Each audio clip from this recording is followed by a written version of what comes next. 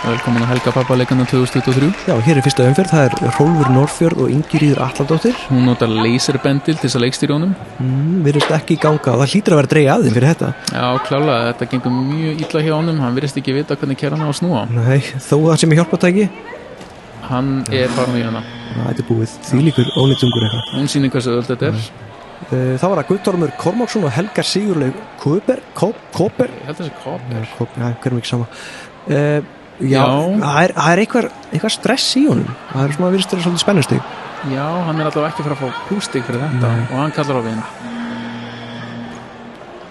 Hann getur aðstofað og finna á þessu, en hann fær hálft stig fyrir þetta. Fín strategið, bara klára næsta þraut. Næsta þraut bleiuskiptin, þetta mjög mikilvægt. Aftur, það eitthvað stress.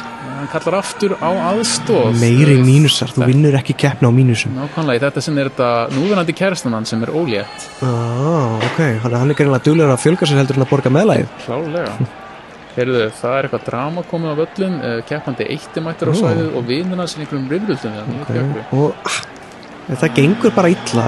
Heyrðu, þarna eldri dóttir hann sem greinlega gleymdi að sækja með skólanum. Það nokkur mínustig á það og hendir barninu í jörðuna og barnavendi komin í ég veit ekki hversu mörg mínustig komin í. Hann flautar á leik.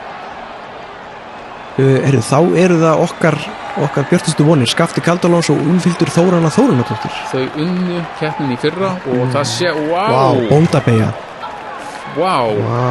Sko Skafti fættist í Stykkishólmi en hann ólst upp í Njarðvík og það sést. Þú sér Suðurnesin í handbragðarnas. Gerir þetta eins og meistari. Heyrðu, þá næsta þraut. Heyrðu, það hráefnin, hann á elda fyrir börnin. Hvað velur hann? Hann halda á mísu. Kannski ekki mikið úr að velja oft í Helgar pappa ískápnum. Kannski rétt. Hvað gerir hann? Kallar hann á neyðarhnappin? Nei. Eldum rétt. Þeir búa náttúrulega í Garðabæni. Hann hendir neyðarhnappinum á gólfið. Vel gert. Senstu þrautin.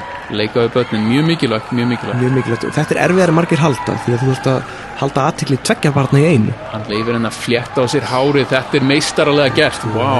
Þetta ótrúlega flott. Heyrðu, næsti keppandi reynir við að finna svo bara mættur og það hundur mættur skyndilega. Hann það góður, hann laðar á sér hunda. Þetta hann reynir við að finna og senasti keppandinn í dag, hann aflýstur tónlistarmaður sem að reyna að fá slaufun.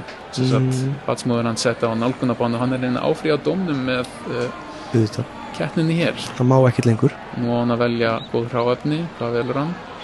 Hann ætlar sér að gera eitthvað úr þessu. Nákvæmlega, Moulin Rouge, þetta Moulin Rouge? Ok, inn í ískápna, skrítið. Nýtir á nefna. Neðanhappur, það mínustig, en hann fær Dominos. Reynir Viðar örgulega fara að reyna við fleiri konur. Galdurinn, það nú engin galdur nema bara mikil vinna, mikil þjálfun. Attachment parenting. Já, Skafti, mjög gott. Við vinnum svolítið með hrós. Mér finnst það betra en þessi óttastjórnun sem mörgum þykir svo áhrifarík. Mér finnst nú skila svo betur að vera með mér í mýkt og þetta eins og Skafti sagði. Attachment parenting það sem við notum á tvíburum okkar og ég yfirfærða bara yfir á þjálfuna og Skafta.